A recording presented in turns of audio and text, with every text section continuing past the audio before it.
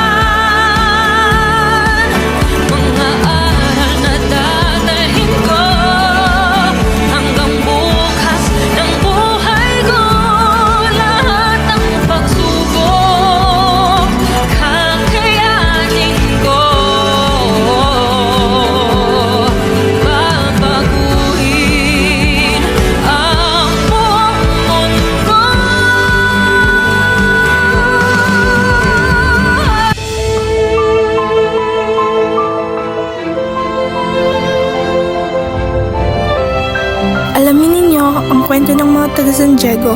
Maraming malungkot, masungit, marami rin ang mas nasasaya. Parang walang problema, o di kaya'y nagkukunwaring walang problema.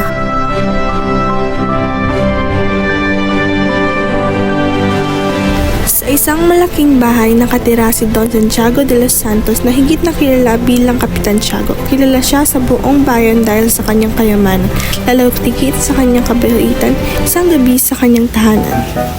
Makikita si Tia Isabel na nag-aabot ng sigarilyo at hitso. Narinig ni Tia Isabel na tila may nabagsak ng pinggan at kasabi ang salitang, Jesus Mariosep, magsitigil nga kayo mga bulagsak!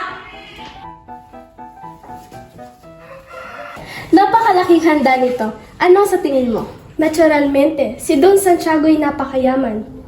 Hindi niya na kailangang alalahanin ang gumasta ng labis. Nagkakasayahan sila habang nagpapalitan ng mga kuro-kuro at biruan. Sa isang banda ay makikita sina Padre Damaso, ang dating kura ng San Diego, si Padre Salvi, na kura ng Birundok, si Ginoong Larua at si Teniente Guevara. Nakakayamot naman sa bansang ito. Halatang ibang pamamahala dito kumpara sa Madrid.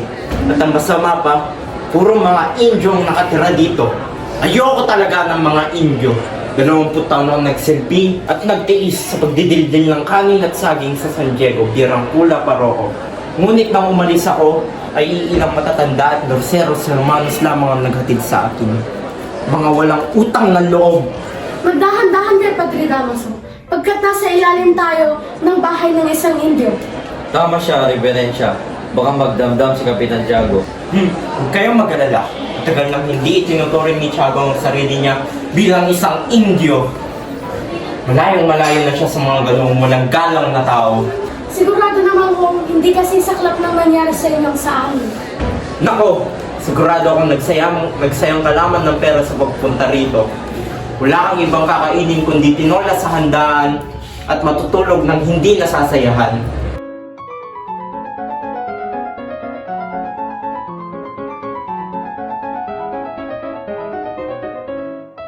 Natigilan ng lahat nang biglang dumating ang may bahay, si Kapitan Tiago, kasama ang isang mukhang galing sa mahabang paglalakbay. Mga Ginoo, kinalulugod kong ipakilala ang anak ng aking nasirang kaibigan na si Don Rafael. Sino kaya ang bisitang kasama ni Don Santiago?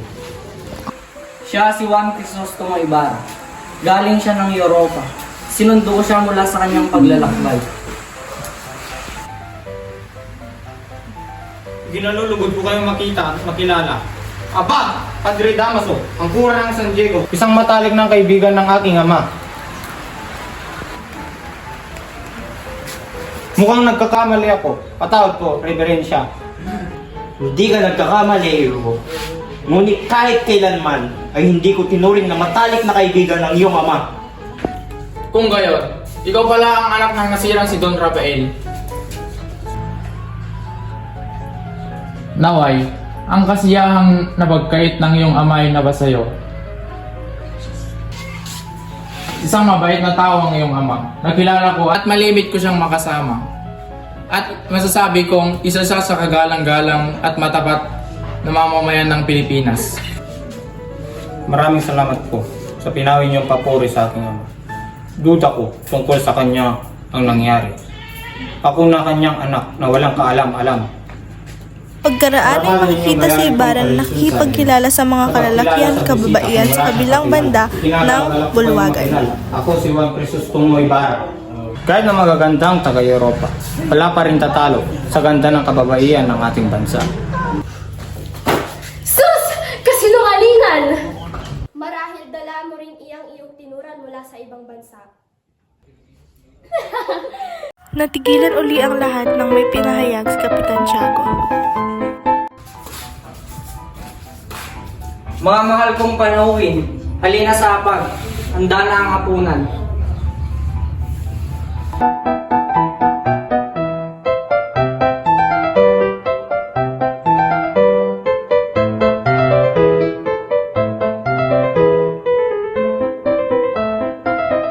Masayang nagsipuntahan sa hapag ang mga panauhin. Nagalukan pa ng silya ang dalawang kura kahit na parehas silang gustong umupo sa kaliwang kabisera ng mesa. Sa huli ay naraupo rin si Padre Sibila sa silya na ikinaama rin ng loob ni Padre Damaso. Naupo na lamang siya sa tabi ng pari. Tinola ang pinahandaan ni Kapitan Tiago, gaya ng inaasahan.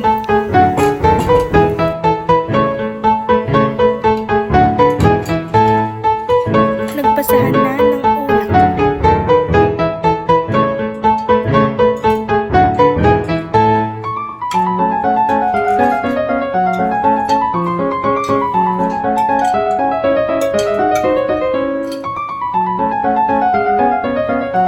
Ang mas masaklap, puro leeg at pakpak ang natira kay Padre Damaso habang sa iba ay puro hita. Dahil sa sobrang inis, may umigop na lamang siya ng sabaw at tinurog ang papaya na may malakas na tunog mula sa pinggan. At saka, padabog na binagsak ang piyertos sa tabi ng pinggan. Ilang taon kang nawala sa ating bayan, Senyor Ibarra? 7 taon, binibini. Sa 7 taon mo sa Europa, malamang ay nalimutan mo na ang iyong bayan. Ang totoo niyan ay, kilang aking bayan ay nakakalimot sa akin. Kahit na ako'y malayo na, lagi kong iniisip. Totoo po ba yan, hombre? Opo doon niya, Victorino. Kahit kailan, hindi ko makakalimutan ang ating bayan. Sa mga bansang napuntahan mo na, ano para sa iyo ang pinakamaganda at tumatak sa iyong isipan? Patawarin mo ako, binibini. Ngunit sa bukod sa inang Espanya, wala na akong naibigan pa, kundi ang ating bansa. Pagkatapos ko kasi mabasa at mapag-aralan ang kasaysayan at kultura ng isang bansang iyon, ay nakalimutan ko na rin ang magaganda kong alaala sa bansang iyon. Kung gayon ay isa kang bulag na hangal, iho. Bakit ka pa nagsayang ng pera na pumunta ng Europa? Wala ka namang nagustuhan. Lahat ng yun na pag-aralan ay alam din ng mga mag-aaral na tanungin mo sa ating bansa. Senyores, huwag kayong magtaka. Sa dati naming kura, ganyan-ganyan din ang pakikitungo sa akin nung bata pa ako. Mukhang hindi siya nagbago. Salamat pa rin sa kanya dahil nangungunit ako ang panahong kanyang reverensya ay madalas dumalaw sa aming tahanan at nakakasalo sa pagkain ng aking ama. Anak ko, patawarin ninyo ako sa aking nagawa. Senyores, Kapitan Tiago, kababalik ko lamang mula sa Europa. Naway maintindihan nyo na kailangan ko agad lumisan. Pupunta pa ako sa San Diego sa Macalawa para sa Dos Los Santos, kaya't may kailangan akong katagpuin. Hindi ka na ba talaga mapipigilang umalis? Sana ay mahintay mo ang pagdating ng aking bulaklak na si Maria Clara. Alam kong matagal ka na niyang hinihintay. Pamanin aking dun, ngunit malaga ang aking katatagpuin ngayon. Muchas gracias sa punan, Kapitan. Walang anuman, Ibarra. Patnubayan ka ng Diyos sa iyong paglalakbay.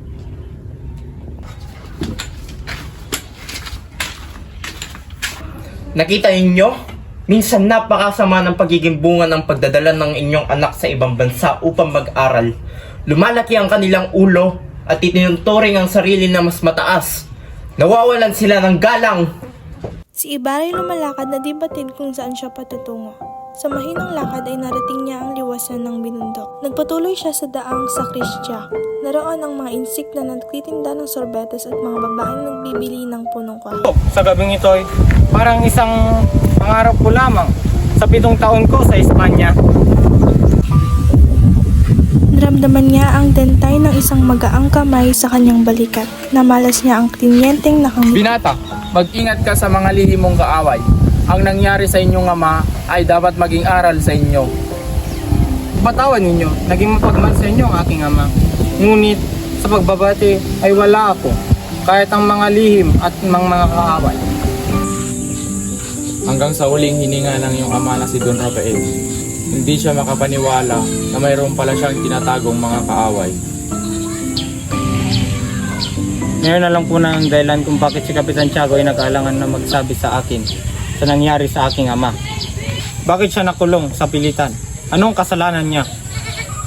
Ang tanging kasalanan niya ay dahil siya ang pinakamayamang tao sa buong San Diego. Ngunit huwag kayong mag-alala. Ang bulok na bilangguhan sa bansang ito ay may tuturing na kabayanihan. May isang arteryerong nangungulikta ng mga tributos sa upang makaganti ang mga ibang mga mamamayan. Binabaliktad nila ang kanilang mga sedula kapag ito ay pinipirmahan na ng kabisera. Pesa. Isang araw, isang bata, magkapatid ang nangloko sa kabesa. Mas matalino ang tiyan niya kaysa sa ulo niya. Mga lakas tangang bata.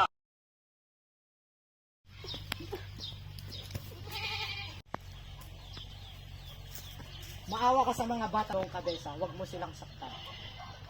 Huwag ka makialam dito, tanda.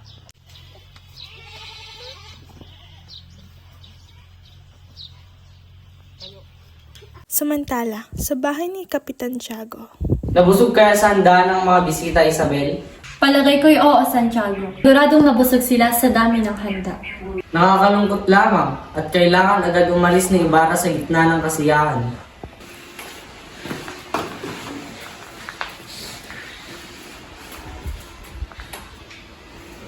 O siya, maiwan ko muna kayong mag-ama. At mag-aayos pa ako ng kusina.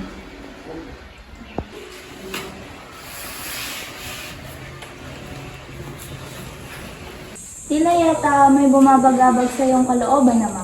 Mayroon nga po ba? Walang anuman, Iha.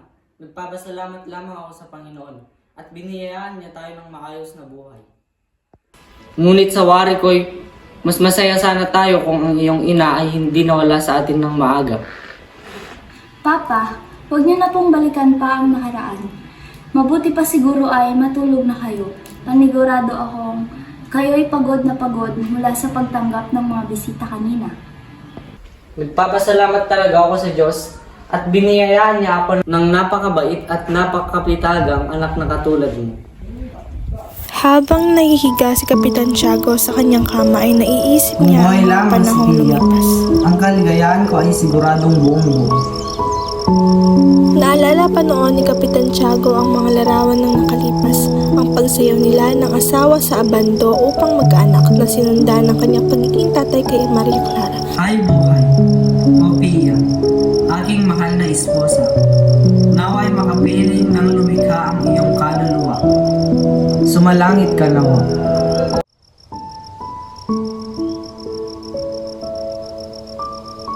Kinaumagahan, makikita si Maria Clara na nakaupo sa isang silyon katabi ng isang bintana. Abala sa pagbuburda, baka sa kanyang kilos na may hinihintay siyang bisita. Mahabaging Panginoon, tanghali na. Ano kaya ang dahilan ng kanyang pagkahuli? Kanyang pagkainip ay napawi ng may kalesang pumara sa tapat ng kanilang tahanan. Magandang araw, Tia Isabel. Nais ko po sanang makausap si Maria Clara. Ay, nariyan siya sa loob. Halika, tuloy ka.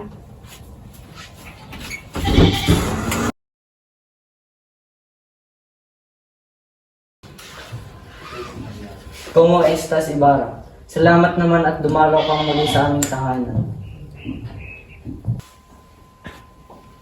Magandang tanghali, Don Tiago. Nais ko po sanang makausap ang inyong anak. Abay, sige. Clarita, nais kang makausap ni Ibarra. Isabel, sunduin mo siya sa kanyang kwarto. Malamang ay nag-aayos iyon o nahihiya.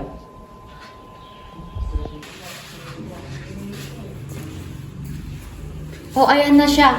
Maaari na kayo mag-usap sa azotea. Kailangan mo ba lang may inom Ibarra? Gracias, senyor. Hindi na ako kailangan.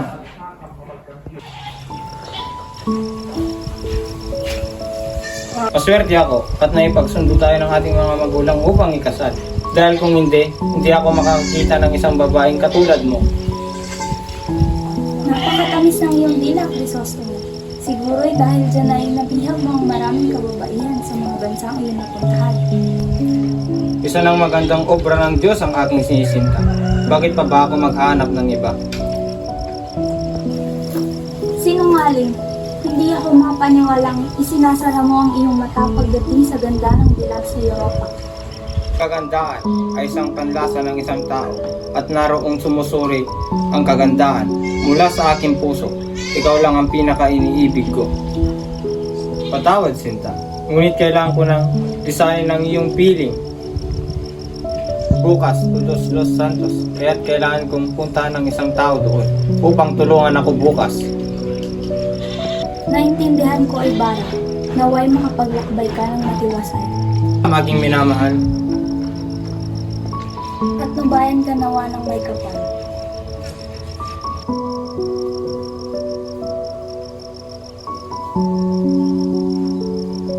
Yan mo nga naman ang nagagawa ng pag-ibig, Isabel. Oo nga, Tiago. Sadyang napakatamis at napakapait ng pag-ibig. Paano mo nalaman iyon? Hindi ka pa naman nakaranas umibig, di ba? Ay naku, Tiago. Ako'y tigil-tigilan mo nga. Hindi ako manhid, katulad ng mga manliligaw pa dati. Clarita, kung ikaw ay nababagabag, magtulos ka ng kandila para kay San Roque at San Rafael. Paniguradong gagabayan nila si Ibarra sa kanyang paglalakbay.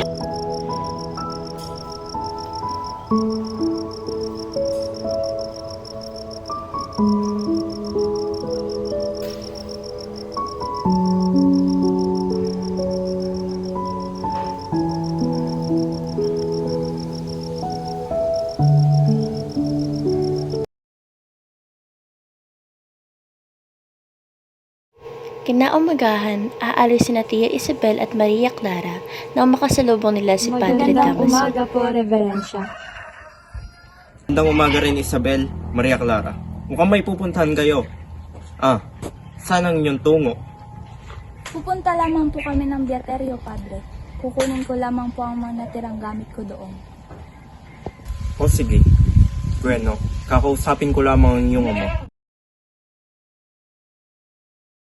Muchas gracias, Padre.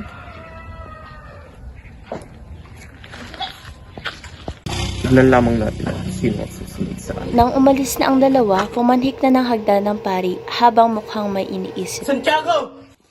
Santiago! Padre, ano ang sadya ninyo? May sasabihin ako sa iyong importante. Doon tayo sa lugar na hindi naririnig. At nang matapos ang pag-uusap nila, Tandaan mo, Santiago. Ang iniisip ko lamang ay ang iyong kapakanan. Naiintindihan ko ho, Padre. Masusunod ang iyong kahilingan. O sige, bueno. sa pagkabagabag ni Kapitan Tiago ay pinatay niya ang pinasindi niyang kandila kahapon kay Maria Clara. Samantala, sa San Diego ay abala ang mga sepulturero sapagkat bukas ay Todos los Santos. Nag-uusap ang dalawa sa kanila habang may hinuhukay na bangkay.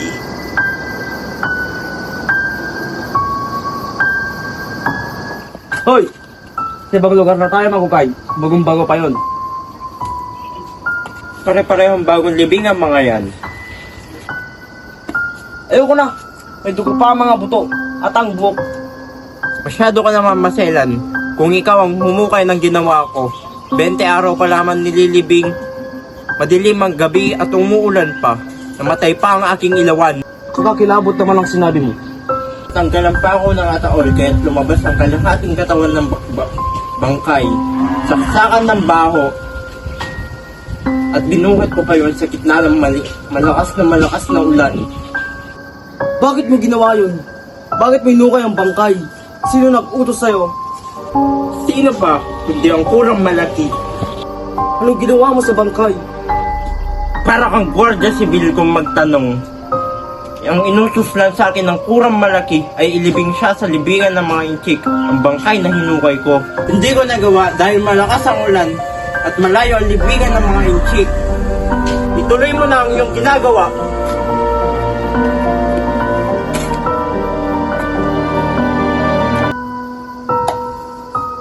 Ayoko na magukay. May tama na akong bungo.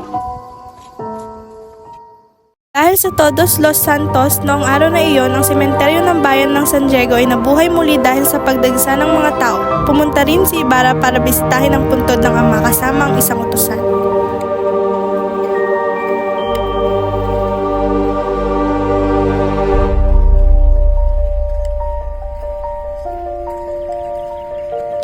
Alam po ba ninyo ang puntod ng aking ama?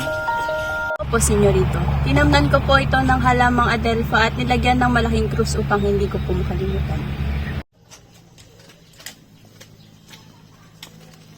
Akala ko ba, alam ninyo kinalalagyan ng puntod ng aking ama? Alam ko naman po talaga yon, senyorito. Sadyang hindi ko lamang po maintindihan kung bakit po tayo nanilito. Ayun po, doon ko po nilagay ang malaking krus. Magtanong ka doon sa supultirero. Mawalang galang na po. Alam po ba ninyo kung nasaan ang puntod na may malaking krus at may nakasulat na Don Rafael Ibarra? Ah, yung krus sa puntod na may mga bulaklak. Sinunog ko na. Sinunog! Opo, pinasunog po sa akin ng kurang malaki. Kung gayon, bakit hinukay ang bangkay ng aking papa? At saan mo siya dinala? Inutos po ng kurang malaki na ilibing siya sa libingan ng mga inchik.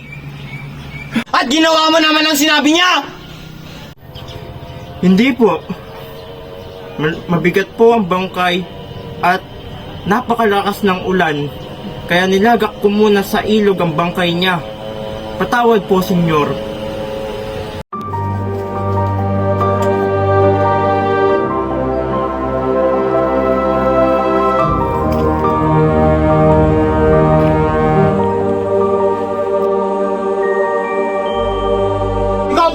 Ikaw ba gumawa ng ganoong kapalastangan sa aking ama? Ikaw ba?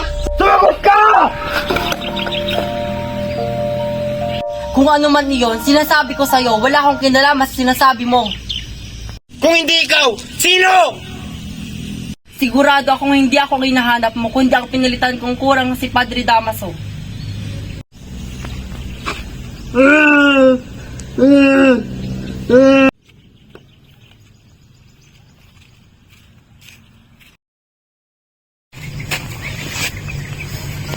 Patawad po, Reverensya. Para sa aking senyor na si Ibarra. Hindi po niya alam kayang ginagawa sa sobrang galit. Napatawad ko na siya. Kahit nga sa akin ay napakasakit ang nangyari sa kanya. Gabayan nawa siya ng may kapal.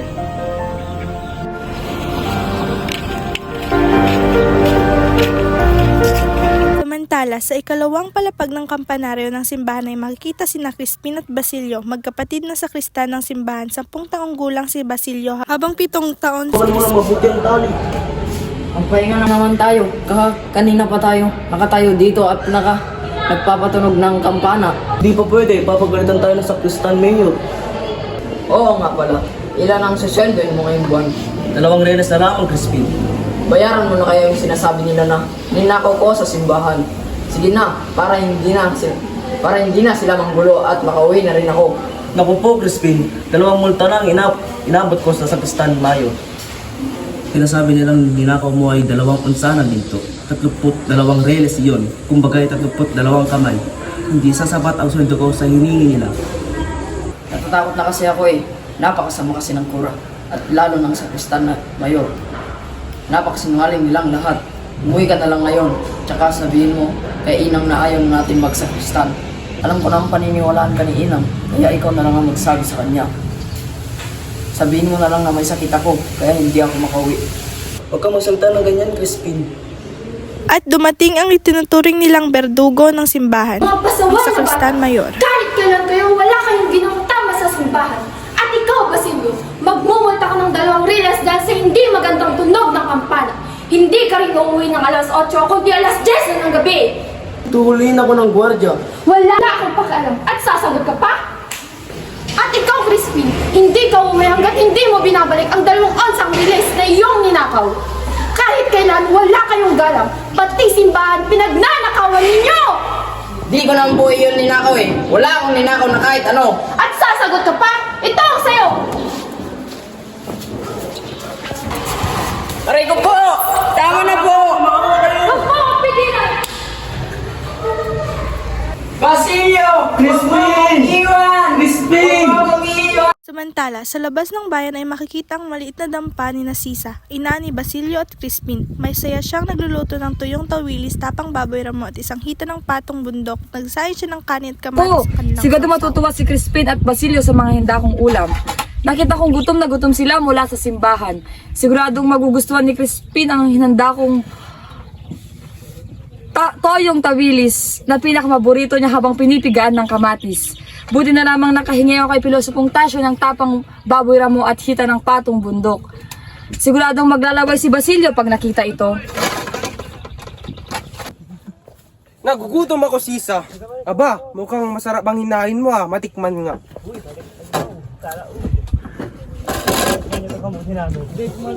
Pero Pedro, sa mga...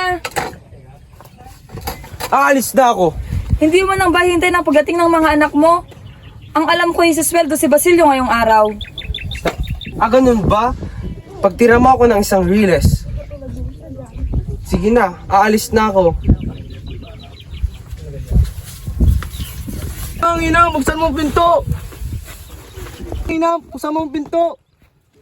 Nanginig sa takot si Sisa nang marinig ang tinig ng kanyang anak na parang humahagos at mas lalo pa siyang natakot nang makita niya ang anak ng tigmak ng dugo ang mukha.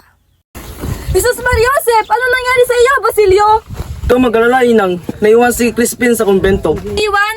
At siya ba'y buhay? Salamat! At buhay siya. At bakit kasugutan? Naku naman! Ako po'y tumakas sa kumbento. Pinauwi ng Sakristan Mayor dahil hindi daw ako makakauwi kundi alas 10 ng gabi. Walang hiya talaga ang mga Guardia Civil. Sadyang wala silang puso. Halika anak, gamunin natin ang sugat mo.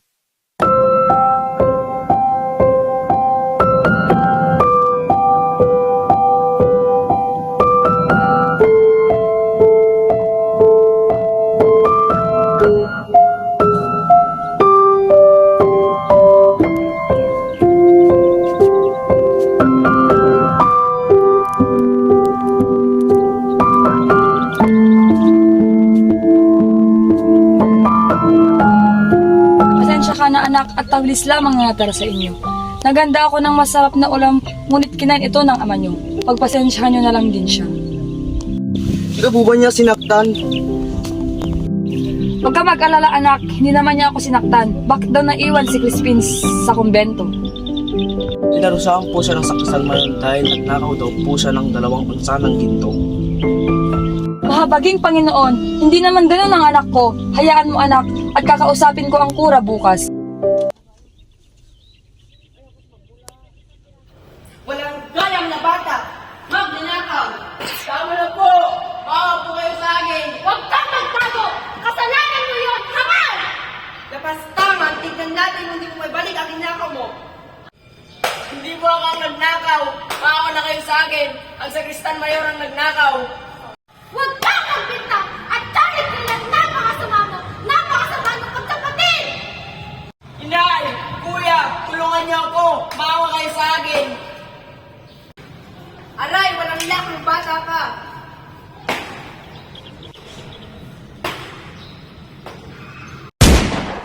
Crispin! Diyos ko anak, anong nangyari? May problema ba?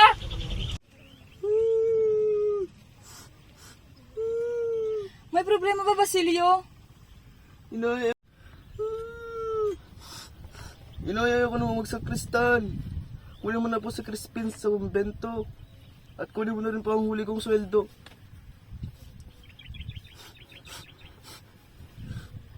Kinaumagahan ay maagang namita si Sisa ng mga pinakahinog at pinakaberdeng gulay sa kanyang gulayan. Inilagay niya ito sa isang bakol at saka umalis upang pumunta sa simbahan at kausapin ng kura. Sino po kayo? Ako po si Sisa, ang ina ng sakristan na si Crispin. Madala po akong gulay para sa kura. Sige, lagay mo lang dyan. Saan ho? Kahit saan dyan. Maaari ko makausap ang kura. Hindi maaari. May sakit ang kulo. Ang aking anak na lang po na si Crispin. Huwag ka nang magkaila. Alam ng lahat na si Crispin ay nasa inyo ng bahay. Silyo po ay nasa bahay.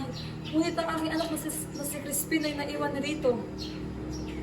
Naiwan nga. Ngunit tumakas mo pagkatas kumuha ng maraming bagay. Baka nga hinahanap na siya ng mga gwardiya sibil sa inyo ay may. Alam mo, napakabuti mong asawa, ngunit sama ng ugali ng iyong mga anak. Lalo na yung may liit. Nako, baka nga higitan pa niya ang iyong ama.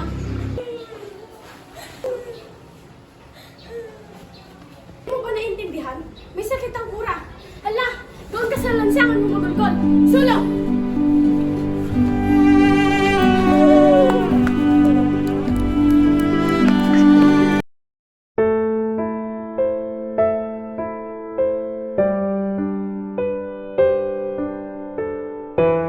Tumatakbo na si Sisa dahil sa takot na mahuli ang kanyang mga anak dahil sa kasalanang hindi naman nila ginawa. Sa kalituhan ay halos madapa-dapa na siya. O Diyos ko! Huwag niyo mo pabayaan ang aking mga anak! Pagdating sa kanilang dampa, ay nagulat siya sa nakita. May mga gwardiya sibil na naghahanap sa kanilang bahay. Tila ba ay may nahanap na tao. Nagtago muna siya, ngunit nakita rin ng mga ito. Ikaw ba si Sisa? Ang ina ng mga batang magnanakaw? Opo, ako po si Sisa. Ngunit hindi magnanakaw ang aking mga anak. Huwag ka nang magmangmangan pa. Ilabas mo na ang iyong anak. Alam ko nakatakas ng mas matanda. Nasaan na yung mas bata? Hindi ko alam. Pula kahapon, hindi pa siya umuwi. Kung sa gayon, ikaw ang isasama namin. Hindi ka makakalabas sa kwartel habang hindi mo tinuturo ang iyong mga anak. Dinala ng mga gwardiya sibil ang kaawa-awang si Sisa sa kwartel. Doon siya ay kinulong habang hindi niya itinuturo ang mga anak. Diyan ka nababagay. Diyan ka sa bilangguan. Mabubulok ka hanggang sa ituro mo ang iyong mga anak. Walang magawa si Sisa kundi ang umiyak. Nakarating sa Alperes ang balita, kaya't nagdesisyon itong palayain si Sisa dahil na rin sa kawalan ng katibayan. Ang krimeng iyan ay kasalanan ng kura. Pakawala ng bihag at huwag nang abalahin kailanman. Ito makuha ng kurang nawawalang ginto. Sabihin mo ay manalangin siya kay San Antonio. Pare siya ay hindi niya alam ang bagay na yon, ha? Malaya ka na daw. Wala nang may papakain sa'yo ang gobyerno dito. Naman mag-aasawa na nga lang wala pang kwenta. At mag-aanak pa ng mga batang magnanakaw. Mabilis na tumakbo papalayo ng kwartel si Sisa habang umiiyak. Gulagulanit na ang kanyang mga damit dahil sa pangit na kondisyon. Basilio! Crispin! Hindi na ito pinansin ni Sisa at hinanap na lamang ang kanyang mga anak. Pumunta si Sisa sa bahay ni Pilaw sa Potasio, ngunit wala siyang nadatnang tao.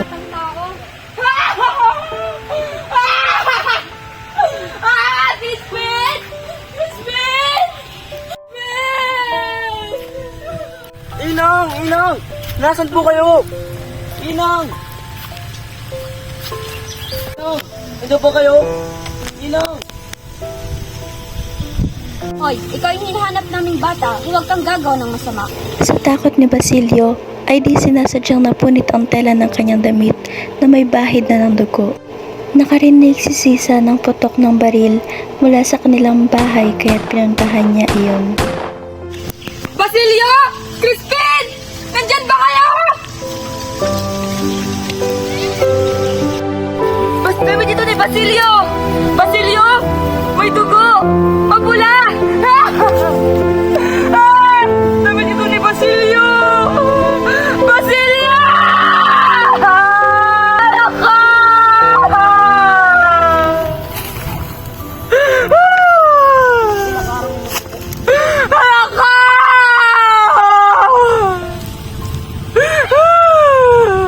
Kinaumagahan, makikita si Sisa na pagkalagala sa lansangan. Kinakausap ang lahat ng lalang ng kalikasan. Crispin! Basilio! Mga anak ko! Hangin? Nakita mo ba ang mga anak ko? Hindi? Puno! Nakita niyo ba ang mga anak ko?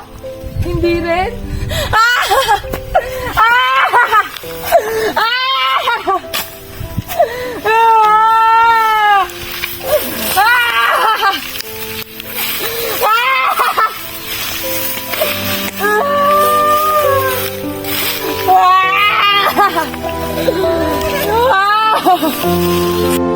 Kayo! Nakita niyo ba ang mga anak ko? Nakita niyo ba? Pag nakita niyo ang mga anak ko, sabihin niyo sa akin, ha?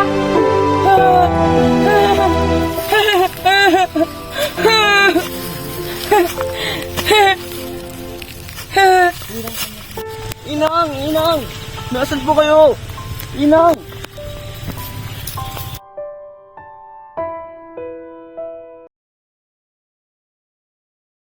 Panda ko ang lahat ng kailangan bago magbukang liwayway. Ayoko makasama ang kura. Bakit? Pakiwari ko'y binabantayan niya lahat ng kilos ko. Natatakot ako sa kanyang mga tingin. Kinikilabutan ako sa tinig niya na waring napakahiwaga. Madalas ay hindi ko maunawaan ang kanyang sinasabi. Maging si Sinang at Andeng ay nakababalitang hindi raw nakakakain ng kura at tila napapabayaan ang kanyang sarili. Ngunit hindi maaaring hindi natin siya kumbigayin. May kaugalian dito at isa pa'y narito siya. Malamig ang hangin sa labas. Baka kayo magkasakit. Hindi ba kayo natatakot na kayo ay magkasakit o magkasipon? Daang gabi, Padre, napakasarap lumanghap ng sariwang hangin. Isang kasiyahan ang aking inanda ng aking mga kaibigan. Maaari po ba kayong dumalo? Saan magaganap ang kasiyahan? Sa may batis, sa gubat, malapit sa puno ng balete, iyon ay napili ng lugar ng mga dalaga. Maria Clara, alis na ako. Magkita na lang tayo mamaya. Isang lalaki ang sumalubong kay Ibarra habang siya'y naglalakad. Hindi niyo po ako nakikilala. Ginoong Crisostomo. May 2 araw ng pagdating ng iyong pagdating sa bayan ng Santiago. May kailangan kayo sa akin? Tawag nila akong present kahit wala mang isang nagnanais tumulong sa akin. Nawawala ang aking mga anak at nabaliw ang aking asawa. Anong kailangan ninyo sa akin, Ginoo? Nais ko pong humingi ng tulong sa inyo. Sumabay kayo sa akin sa paglalakad. Saka ninyo sabihin ang iyong pakay.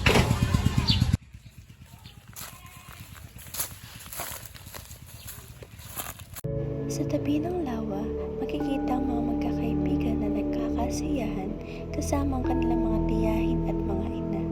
Sila ay may baong pagkain para sa kanilang piknik. Sinaway naman ni Tia Isabel ang kanilang kaingayan. Baka nakakabulabog kayo sa mga natutulog lang. Huwag kayong maingat. Hindi ganyan ang mga dalagang Pilipino noong kapanahonan namin. Hindi kaya umulan? Magsipagdasal tayo. Nang sasakay na sa bangka ang mga kababaihan, ay napansin nilang may butas ang kanilang bangka. Kaya naman ay lumipat si Ibarra at si Albino upang ayusin ang kanilang bangka. Ano mo ang tapat sa tabi ng pamo at may butas. Delikado mapasukan ng tubig. Pagkatapos ayusin ang bangka ay sumakay na sila. Si Ibarra ay tumabi kay Maria Clara, samantalang si Albino naman ay lumapit kay Victoria. Naging pares-pares ang mga nakasakay sa bangka. Nagsimula na silang sumagwan. Sa kalagitnaan ng kanilang pagsasagwan, Victoria, maaari mo bang ahitin ang hindi baka manhindi kayo? Ngunit kayo. Sige na, Victoria. Sige na. Sige na, Victoria.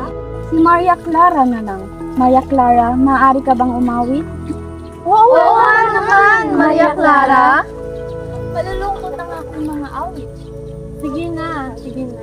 Ayos na yan. Basta pumayag ka na. Sige na. napapayag nila si Maria Clara at siya'y kumanta na. Tahimik na nakikinig ang lahat.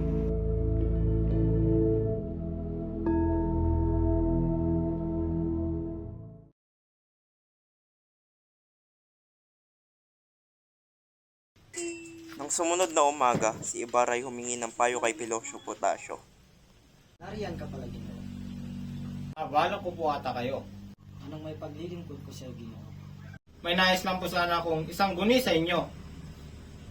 Bakit po kayo sumusulat ng hieroglifiko?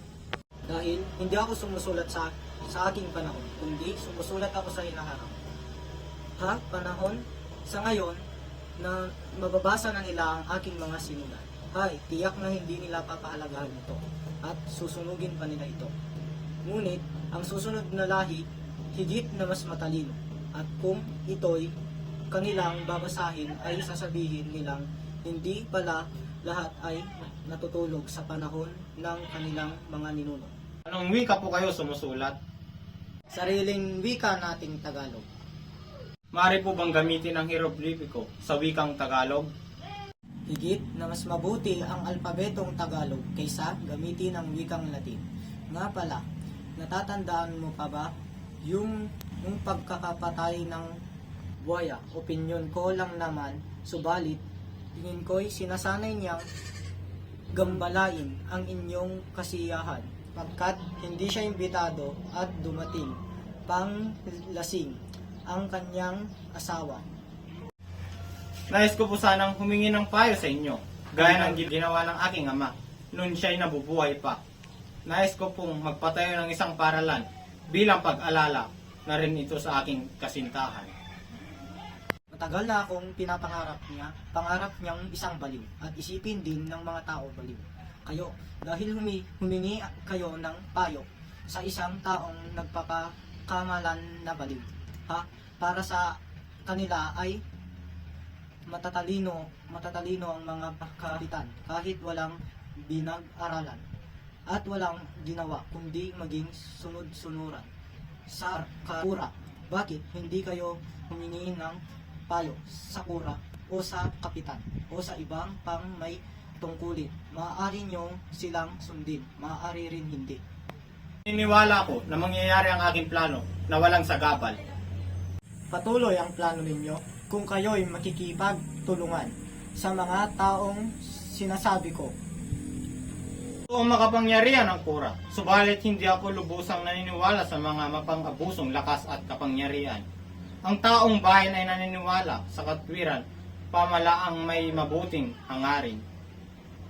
Ang pamalahan ay walang ibang pinapakinggan kundi ang kura. Susunod lamang ang kamay sa dinidikta.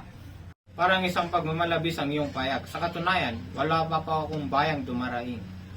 Ang bayan, kaya hindi dumarating ngunit hindi nagtatanggal. Ay darating din ang panahong iyon. Malalaman niyo ang kanilang mga pagtitiis.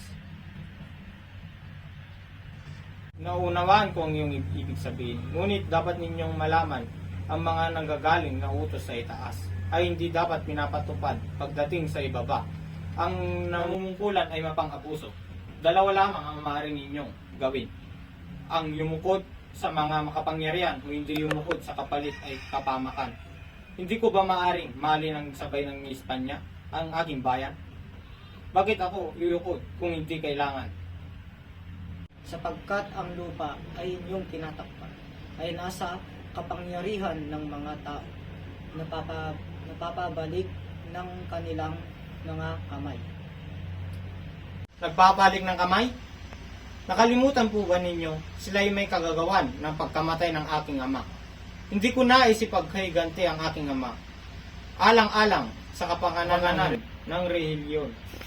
Huwag munang ninyong gawin ang inyong pinaplano hanggat hindi ninyo lumabasang tanggap ang gawain ng inyong ama. Tutulungan kaya nila ako, paniwalaan ang paralan ipapatayo ko. Ang magiging tulay upang lumaya sa amangmangan ng bayan ito at matutuklasan nila ang pangangakam ng kumbento. Amigo man kayo, natatawag, ginawa ninyo ang nararapat sa inyong gawain. Naniniwala ako sa inyong sinasabi. Ngayon din ay pupuntahan ko ang kura at siya hindi siya katulad ni Padre Damaso. Salamat po, Ginoo. Ako'y patungo na.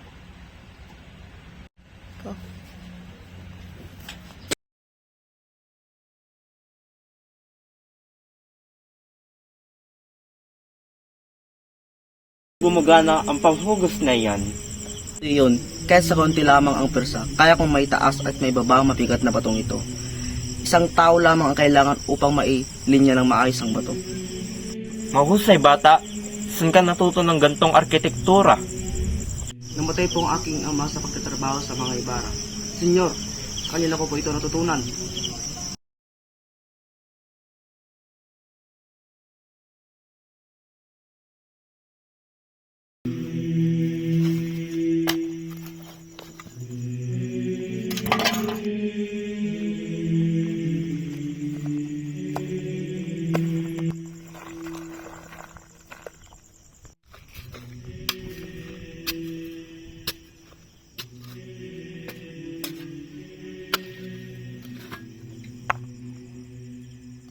Pagkatapos mailagay ang mga mahalagang bagay sa silindrong kaha ay pinigyan ng alkalde si Ibarra ng isa sa mga ito.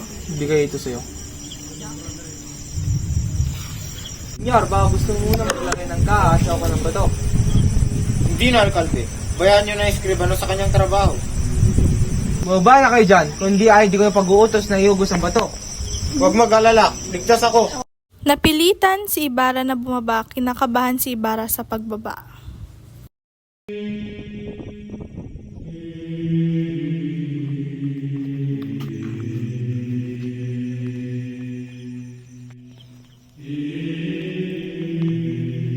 taong naguhugos. Nako, nahulugan siya ng mga bato. Madali kayo! Hanguin niyo ang bangkay niya dito. Ako na bahala sa kanyang libing. Napakasawing palad. Kailangan imbestigahan ang pangyayaring ito. Huwag naman, alkalde. Kahit gumawa tayo ng pangsiyasat, wala na mangyayari. Papatayin niya sana ako, ngunit napatay niya sarili niya. Kaya na lang natin siya bigyan ng maayos na libing. Kahit pa siguro pumuti na aking mga buhok, wala pa rin tayong makikitang singbait ni Don Rafael. Siyang tunay, isa talaga siyang napakabait at napakapitagang tao. Sa mga simula. Nang sumunod na gabi. Senyor, may gusto po kumausap sa inyo sa labas. Sino siya?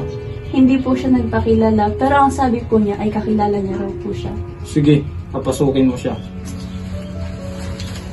Pinapasok ng utusan ang panauhin at tumambad kay Ibarra si Elias. Elias, tuloy ka. Hindi ko inakala na ikaw ang dadating. Tara, mag-usap tayo.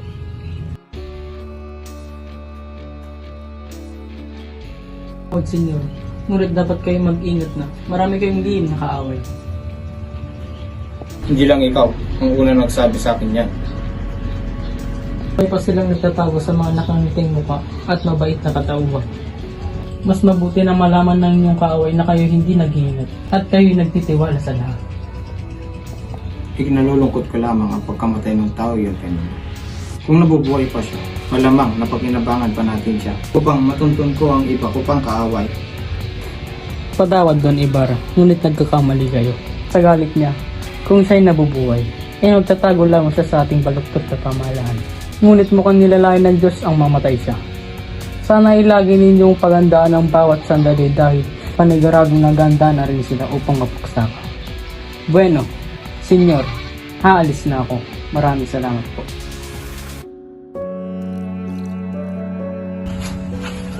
Ako dapat ang magpasalamat dahil niligtas mo ang aking buhay. Pagkikita pa ba tayo ulit? Oo naman, senyor. Kahit kailan niyo ako kailangan at kailan niyo ako kailangan. May pagkakautang pa ako sa inyo at alam kong hindi sapat ang aking ginawa upang mabayaran iyon. Paalam, Elias. Ilang araw na ang lumipas pagkatapos magawa ang buong paaralan, ay isang piging ang nahihanda na dinaluhan ng maraming mga taga-alta de syudad. Nag-uusap ang alkalde at Ibarra.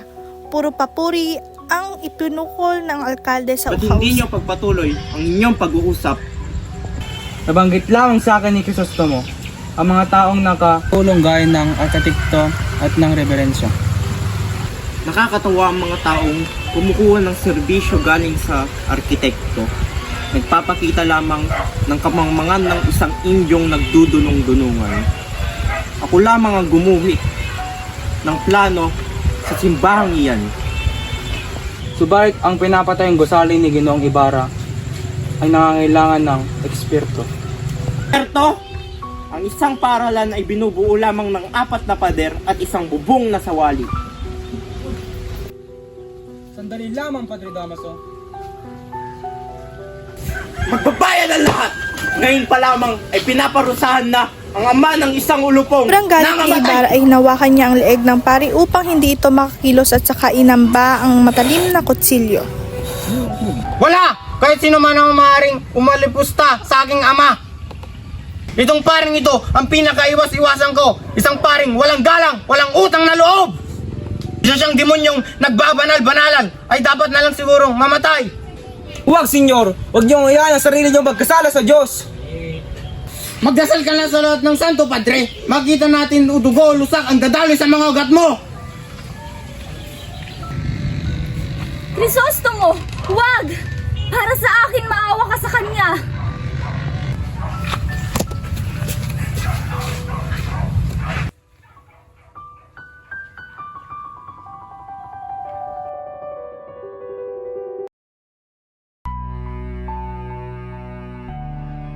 Isang araw, sa opisina ng bagong dating na Kapitan General.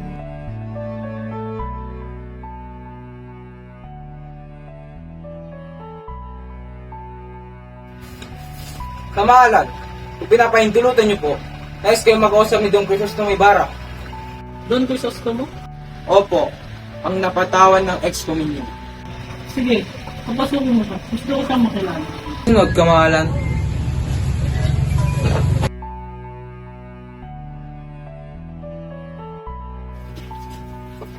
Maaari na po kayong pumasok.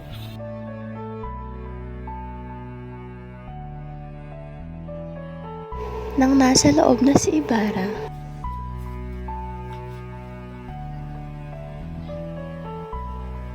Senyor Ibarra, isang karangalan na makausap. Inulat po ninyo ako sa inyong kabaitan. Kamahalan, sa bansang ito, hindi ako tinuturing na mabuting tao. Tungkol sa pagkakalitan ni Padre Damaso, sinisigurado kong di ka na magagalaw ng mga pari. Hanggat akong namumuna sa bansang ito. Tulatan ko rin ng mga arsobispo upang sumunod sa Santo Papa para malibsan na yung ex-community. Kahit ako, ganoon din ang gagawin ko kung ginawa sa aking ama ang ganun kalabas naman. Gracias, Kamahalan. Ngayon alam ko na kung bakit pinupuri kahit sa Madrid ang inyong kausayan. Kamahalan, naway pagpalain kayo na may kapal. Bueno, Senyor Ibarra, at ako'y mayroong pang mahalagang pupunta. Maraming salamat, Kapitan General. Ako'y uuwi na. ay tinawag na rin ng Kapitan General ang alkalde.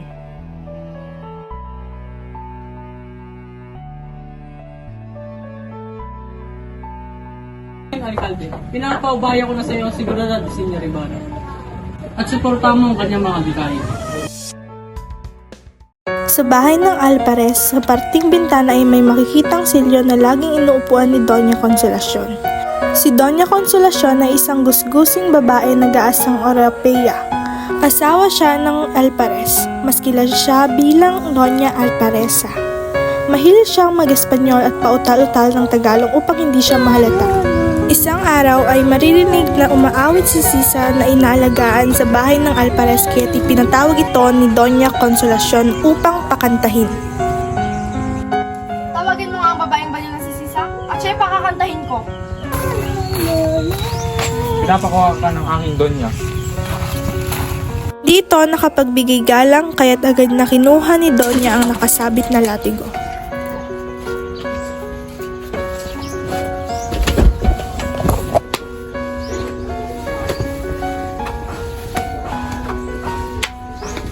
Vamos, magkantar ikaw, Guardia. Dili a esa majer. Ipinabatid ng Guardia Sibil ang sinasabi ng Doña kay Sisa. Kumanta ng kundiman si Sisa na siyang napalungkot kay Doña.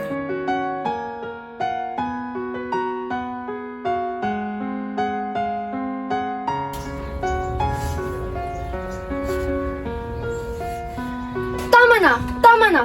Nakakahinagpis sa akin ng kantang iyan. Dahil sa pagkahiya, Kayo umalis. pinaalis ng Doña ang bantay. Lumalakad na payaot pa dito sa silid na hinuhutok ng kamay ang platigo at saka huminto sa harap. Nag-iindak siya upang ganyakin ang baliw na siya ay gayahin. Minamasdan si Sisa ang Doña na nakangiti at natutuwa sa ginagawa ng Doña. Nahiya ang Donya at itanaas ang hawak nitong Ikaw latika. naman ang sumayaw.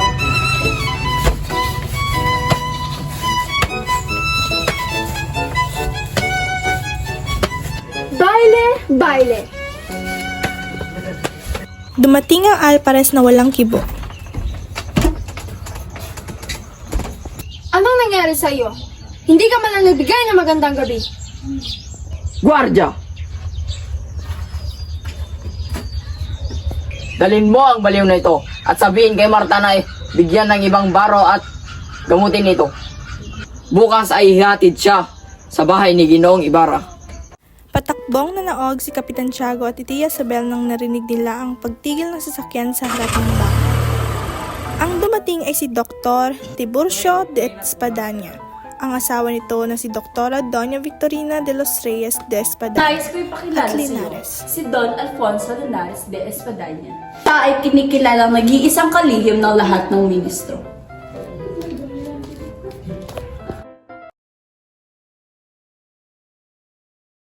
Naparito si Kapitan General? Kasinungalingan! Maniwala kayo at dyan maupo. Sayang, kung maaga sana nagkasakit si Clarita. Clarita, naririnig mo ba, pinsan? Sinasabi ko sa iyo, Don Santiago, aking pinsang ito ay kalihim ng mga ministro at duke. Hindi kailanman nakaranas na kumain sa bahay ng isang konde de Campanario. Duque de la Torre. Saan niyo po kayo matatagpuan si Padre Damaso? May liham akong dala para sa kanya. Siya isa ni sasadyain ko, kundi ako naparito. Sa bayan siya ngayon. At mamaya'y parito. Espadanya, halina't samahan niyo ako, tignan natin si Clarita. Alang-alang lamang sa inyo. Hindi manggagamot ang aking asawa. Kilala siya bilang mataas na tao nung siya'y nasa Madrid pa. Ma, may sakit. Ngunit mapagagaling. Sa umaga, gatas at liquid, harabe de aldea, at 2 pindoras de sinagros. Magpagaling ka, Clarita. Pagkagaling mo, ipapakilala ko sa iyo ang aming pinsa na si Linares. Linares, narito na si Padre Damaso. Linares! Linares! Linares! Narito na si Padre Damaso. Padre Damaso ay tuloy-tuloy sa katre nang may sakit at saka hinawakan ng kamay ng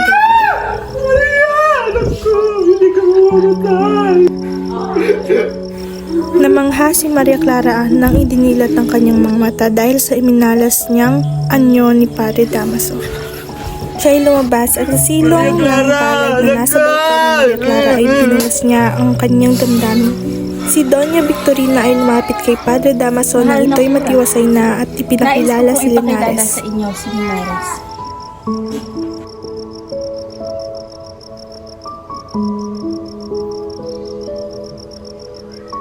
Siya ay minasdan ni Padre Damaso mula ulo hanggang paa.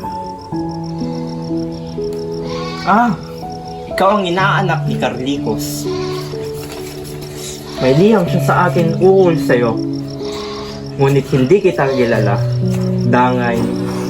Dangan, hindi ka pa isinisilang nang ako'y umalis ng Espanya.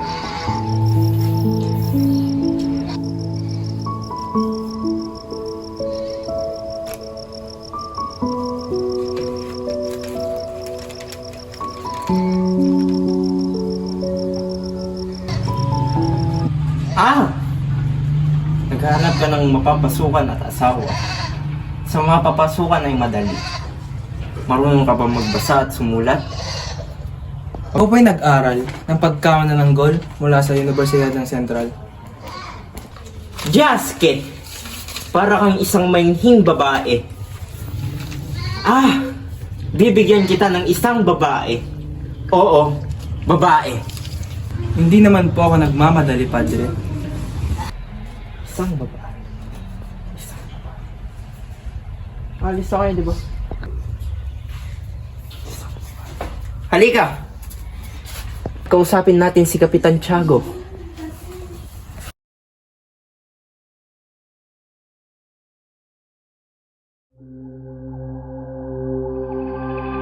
Samantala, si Elias naman ay nakikipag-usap sa kaibigan sa gubat sa Batangas.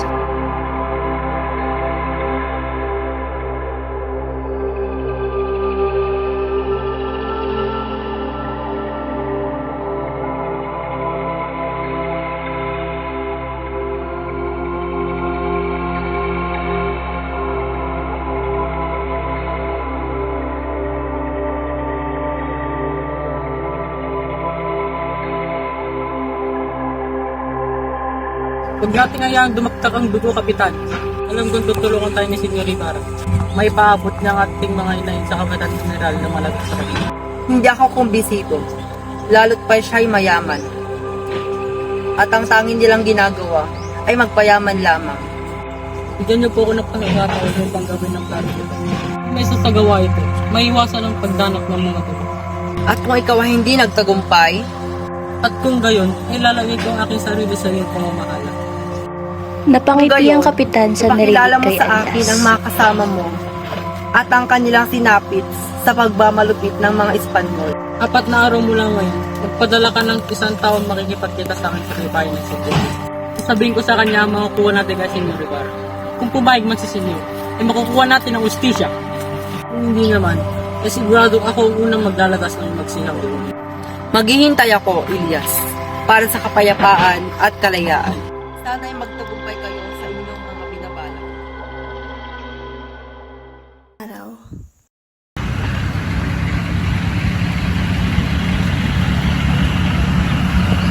Magkaroon ka ng mas malaking halaga ng salapi. Lucas, pahig ka ba sa aking plano? Opo, ako po ang bahala dito.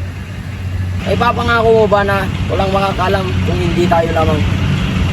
Mamamatay po ako nakatikom ang bibig. Pumayag na ba ang kapatid mo sa plano, Bruno? Hindi pa. Bakit? Bakit ka tumatanggi, Tarsilo? Dahil mapanganib ang inyong binabalak.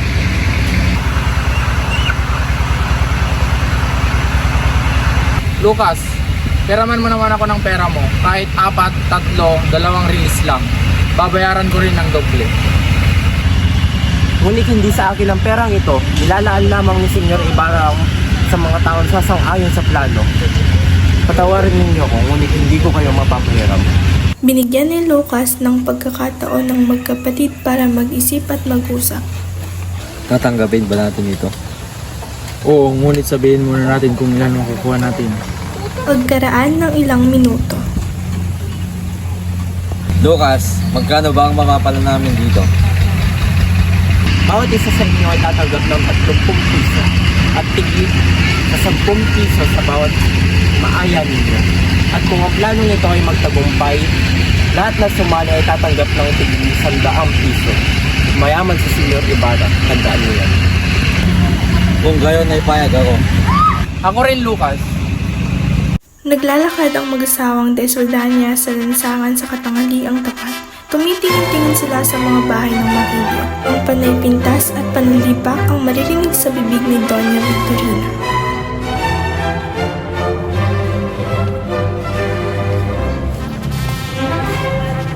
Ang mapangit ng mga bahay, talagang 1 incho lang maaaring tumira. At aba, mga wala pang galang, hindi man lang magbigay pugay sa mga katulad nating mahal. Hindi na nakakapagtaka kung puro pangungot siya ang maririnig mo tungkol sa mga private tungkol sa kanila. Mahal kong esposa, ikaw ay magtigil. Nakakahiya sa mga tao. Malahimik ka dyan kung ayaw mo tumalsik ang pustiso mo. Bakit ganyan kayo makatingin? Naiingit ba kayo sa amin? Kayo? Kinaiingitan ko? Kinaiingitan ko ang inyong kulot. Para sabihin ko sa'yo, Doña Alpereza, hindi ako probinsyana katulad mo. Sa sobrang soplistikado kong tao, hindi lang nakakapasok na Alperez sa bahay ko. Kundi, nasa labas lang sila ng aming bahay. Aba, Excelentisma, Senyora Puput.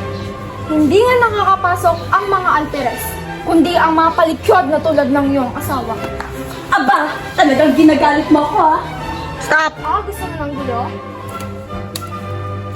Sige, pagbibigyan kita. Jesus Maria Joseph Consolasyon, anong gulo na naman ito? Tumigil ka nga at nakakahiya sa mga tao. Oh, Alperez, bakit hindi mo man lang bigyan ng descending damit? Wala kayong pera? Bakit hindi kayo magnakaw sa sweldo? Diba, sundalo naman kayo? Bumili ng asal, mga walang modo, naturingang mayaman, ngunit sayad sa lupa ang ugali. Tumigil ka, Alperez. Kala mo kung sino ka makapag-alipusta sa amin. Kala mo naman na ikaganda ng iyong moral. Magtigil nga kayo sa ngalan ng Panginoon para kayong mga hayop.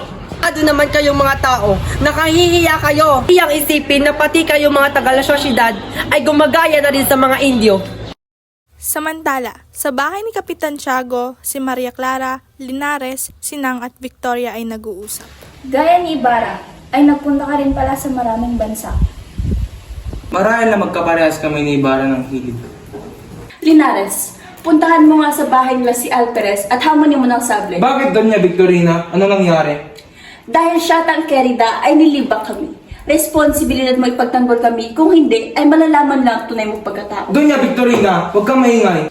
Kung ganon, ay ano ang gusto mong mangyari, Donya? Ang pinsan kong si Linares ay hahamunin si Alperes. Kung hindi, ay wag mo siyang ipakasal sa iyong anak.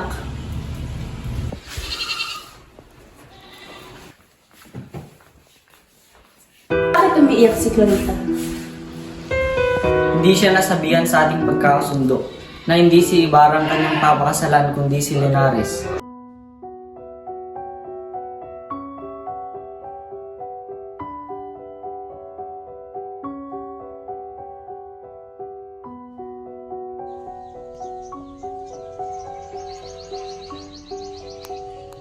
Si Padre Salvi ay nagmamadaling tumungo sa tahanan ng Alperes.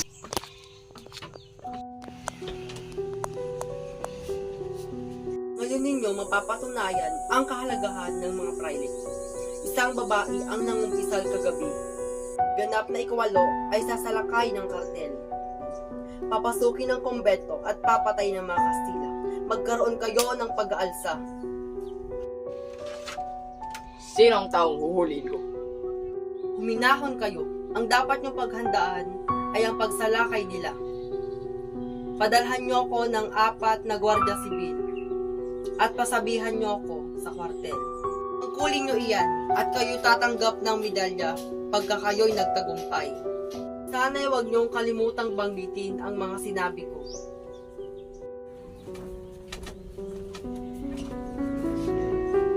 Dali-dali namang pumunta si Elias sa bahay ni Ibarra. Natuklasan na magkakaroon ng isang malaking pag-alsa at kayong nakatakdang mapahamak sapagkat isisigaw ang iyong pangalan ng mga maghihimagsik. Huwag na kayo mag-alinlangan pa, Ginoo. Ano mang oras ay maaaring sumiklab ang pag-alsa. Kailangan na ninyong umalis. Saan ako pupunta? May naghihintay sa akin? Kahit saang lugar, sa Maynila o sa bayan ng isang makapangyarihan, upang hindi nila masabing totoong may kinalaman ka dito.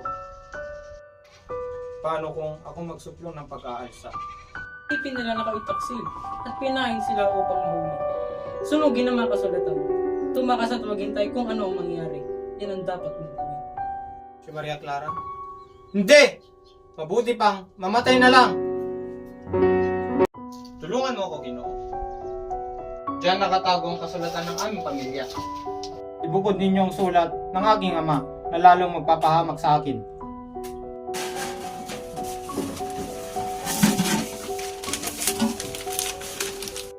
Nakilala niyo po ba si Don Ibarramedia?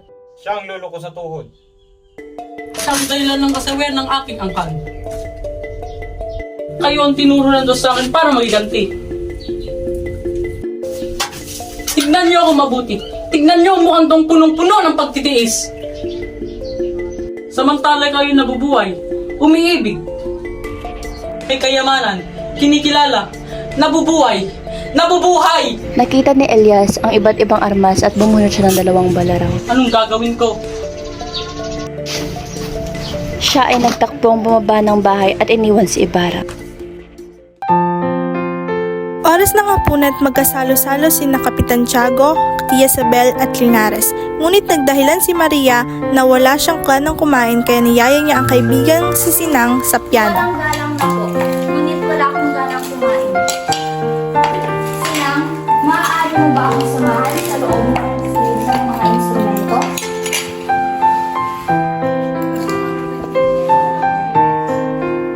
Nasa bulwagan at hindi mapakali si Padre Salvi. Tumugtog ang orasan at sumapit na ang ganap na 8 ng gabi. Nangangatog na napaupo sa sulok ang pari.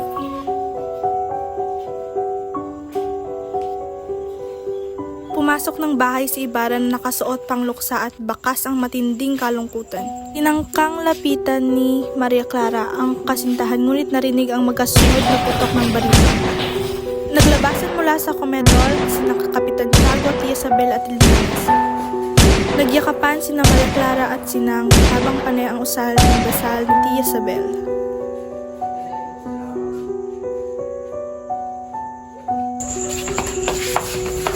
Padre Cura, manaw kayo! Wala nang panganib!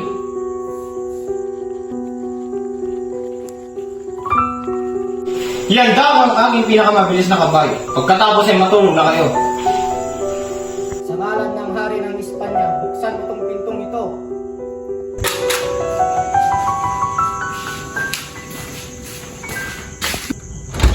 Hinuhuli ka namin sa ngalan ng hari. Bakit? Naisipan ni Elias na bumalik sa bahay ni Ibarra. Nalaman niya sa mga utusan ang nangyari sa kaniyang amo. Nagkunwari siyang umalis ngunit ang totoo ay umikot lamang at dumaan sa bakod. Umakyat si Elias at pumasok sa silid ni Ibarra. Kinuha niya ang baril at mahahalagang bagay at isinilid sa sako. Kinuha din ito ang larawan ni Maria Clara. Kumuha siya ng papel at inuluhulog ito sa bintana. Binuhusan ng gas mula sa ilawan at sinilaban.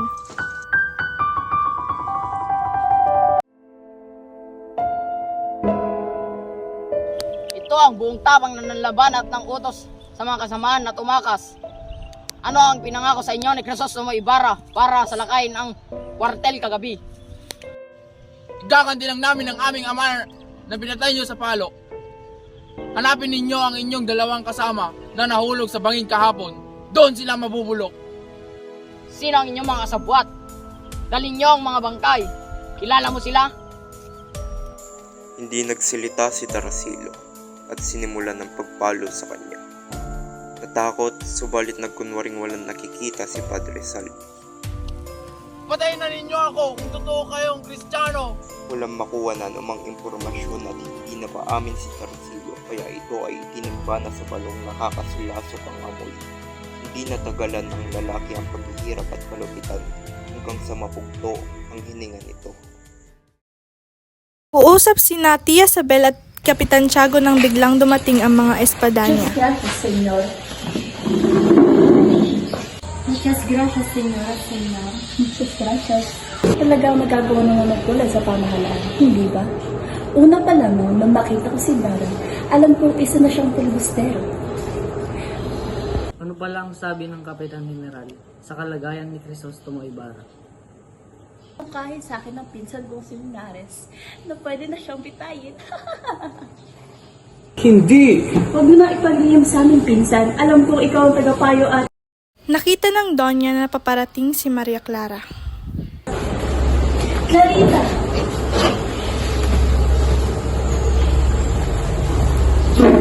Clarita, iha, ikaw talagang pinunta namin dito.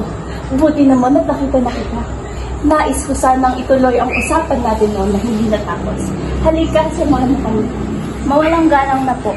Babalik po muna ako sa aking silid.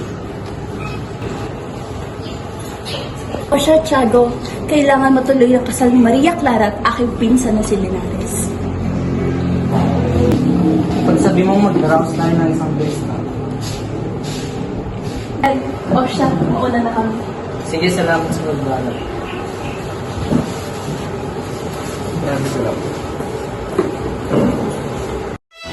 Kinabukasan, ganap na ikawalo ng gabi ay napuno ng panauhin ang bulwagan ng bahay ni Kapitan Tiago. Nangunguna sa mga bisita na sina Padre Salvi, Padre Sibida, kasali din si Teniente Guevara. Nagpahuli ng dating sina Donya, Victorina at Alfonso sa paniniwalang sila'y importanteng tao. Sa umpukan ng kalagakihan ng usapan ay tungkol sa paglipat ng kura sa Manila. Muchas gracias.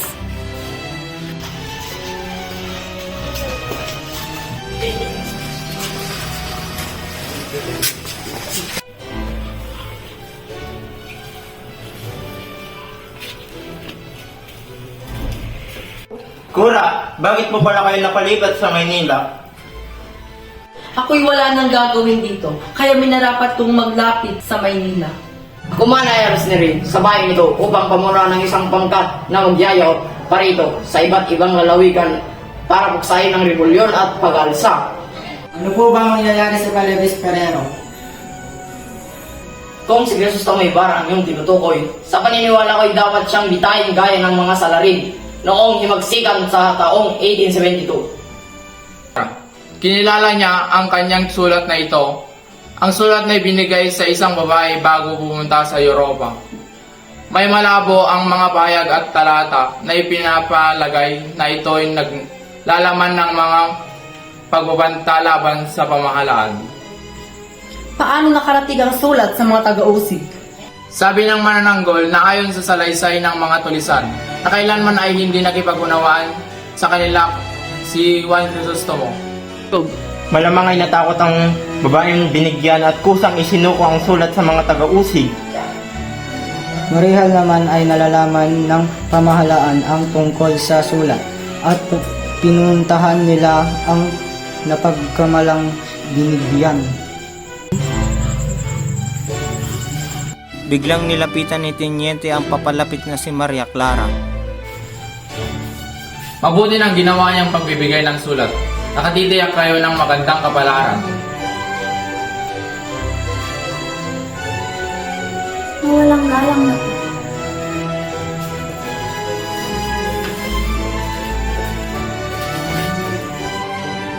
Patuloy kumakatok si Kapitan Tiago sa pintuan ng silid, ngunit ayaw itong pagbuksan ng dalaga. Tumayo siya at pumunta sa Osetea at nakita niya ang bangka malapit sa kanilang bahay at nagulat siya at nakita niya isang lalaking papalapit sa kanya.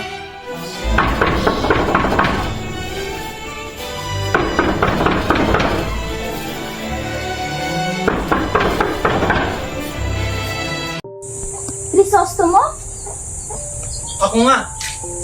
Sa bangkay ng aking ina, nangako akong papaligayahin kita. Ano mang aking kapalaran, nagpunta ako rito upang tuparin mo yun. Bagamat ikaw ang hindi tumupad sa ating sumpaan, papalayain na kita. Patawarin sana ako ng alaala ng aking ina sa sasabihin ko sa iyo. Natuklasan ko sa gitna ng aking karamdaman ang aking tunay na pagkatao. Ang kinikilala kong ama ay hindi ko tunay na ama. Hindi ako maaaring magpakasal sa iyo, sapagkat ibubunyag ang lihim na iyan. Matutuklasan ang naging kataksilan ng aking ina at masisira ang dangal ng aking kinikilalang ama. Kailangan mo ng katibayan. Totoo ang lahat ng aking sinabi. May sulat na iniwan ng aking ina. Ibinigay sa akin ng taong nakakabatid ng aking lihim. Ang sulat na ito ay kapalit ng sulat mo sa akin. Totoong pinagtaksilan kita. Napilitan akong ipagpalit ang sulat mo nang hindi ko nalalaman kung saan iyon gagamitin. Wala akong maaaring gawin kundi ang magtiis upang patuloy na may tago ang lihim ng aking pagkatao. Kailangan kong makipag-isang dibdib upang hindi maibunyag ang aking lihim. Ngayon, magagawa mo pa kaya akong libakin? Maria Clara, isa kang anghel. Maligaya akong marinig na paniniwalaan mo na ako. Ikakasal ka na? Oo, iyon ang gustong mangyari ng kinikilala kong ama. Minahal at inalagaan niya ako kahit hindi niya iyon tungkulin. Kaya't bilang ganti ay kailangang sundin ko siya. Ngunit hindi ko malilimot ang ating naging sumpaan. Anong ibig mong mangyari? Madilim ang hinaharap, ngunit gusto kong malaman mo na minsan lang ako umibig at hindi na ito maaangkin ni numan. Ano nang mangyayari sa iyo? Tumakas lang ako, Maria Clara. Hindi magtatagal, malalaman nila ito. Paalam, Crisostomo.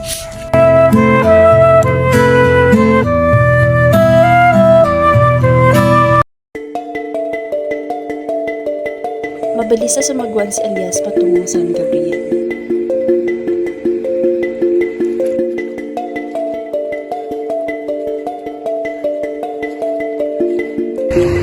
Dadalhin ko kaya sa bahay ng aking kaibigan sa Mandaluyong.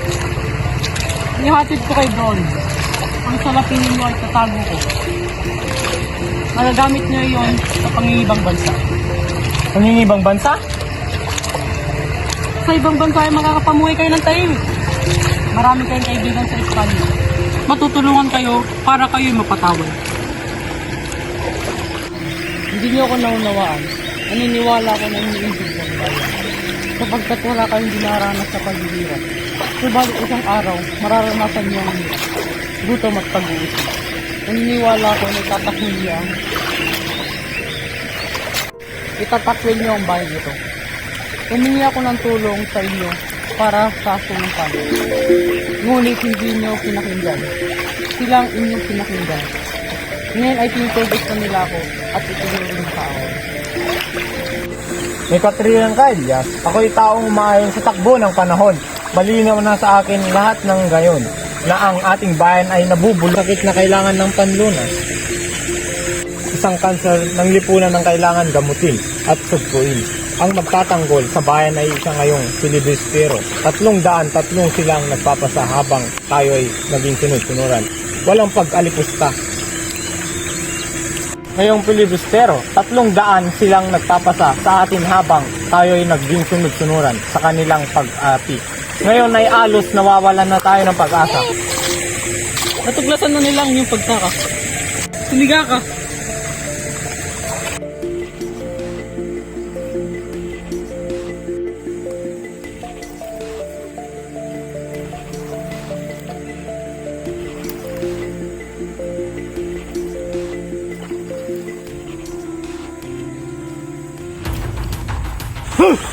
Saan ka nanggaling?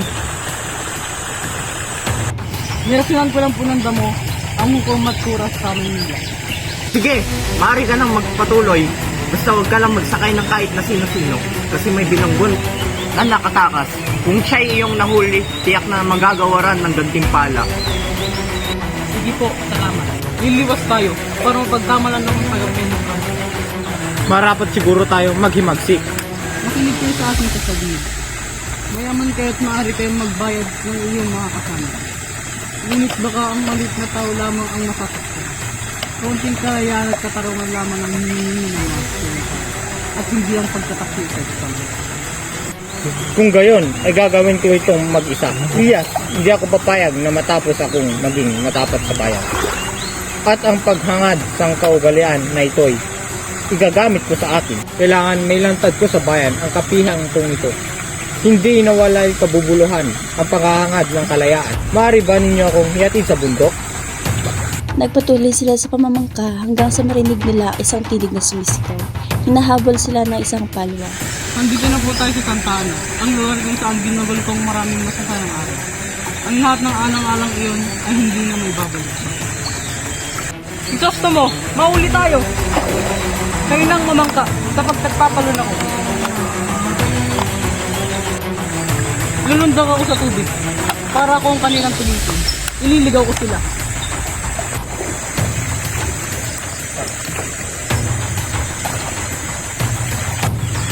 Huwag kang aalis, lumaban na lang tayo.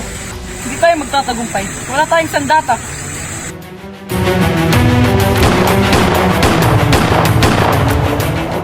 Magkita na lamang tayo sa Lucibela, sa libingan ng mundo.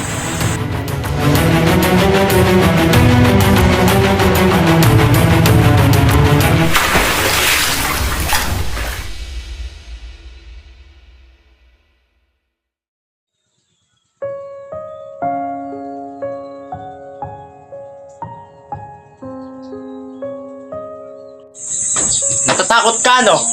Hindi mo inasahan ang aking pagdating. Nandito ako para masaksihan ang kasal mo. Bakit ka namumutla, anak? May sakit ka na naman ba?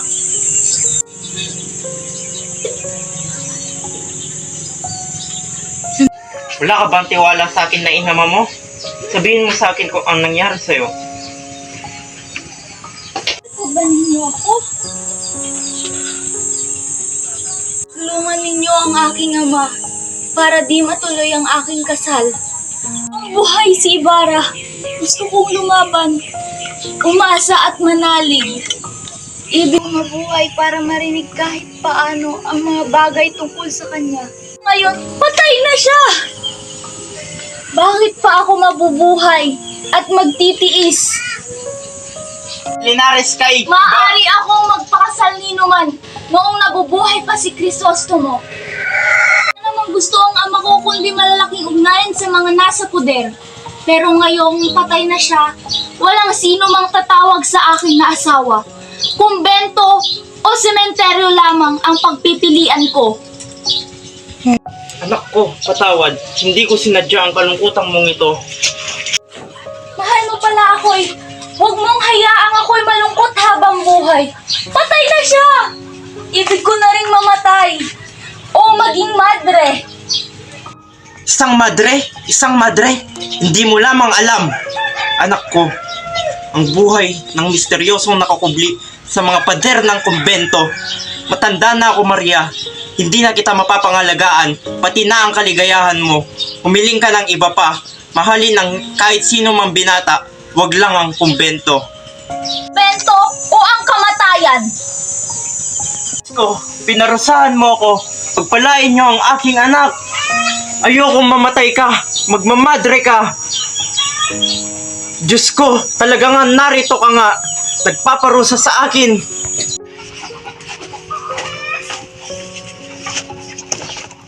Nagsuot sa gubat si Sisa at sumunod pa rin si Basilio hanggang doon.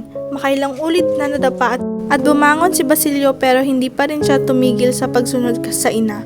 Narating nila ang libingan na nasa tabi ng puno ng balete. May pintuan ito na pilit binubuksan ni Basilio. Anyong tatakas muli si Sisa subalit nagpathulog na si Basilio. Nagawa pang yakapin at halikan ni Basilio si Sisa. Tigmak na dugo ang noo ni Basilio at nawalan ng malay tao.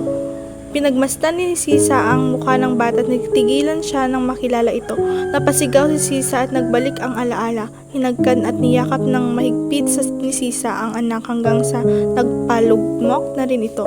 Nagbalik ang ulirat ni Basilio at nakita ang inang pinananaw ng malay. Kumuha ng tubig si Basilio at winisikan sa muka ang ina.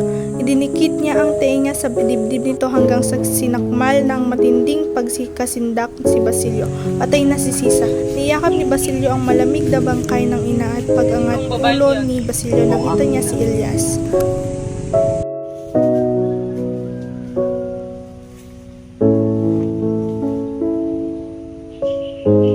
Kayong mapapalad na makakakita. Patingin niyo siya. At huwag sugatan ako. At 2 araw na akong di kumakain at umiinom man lang.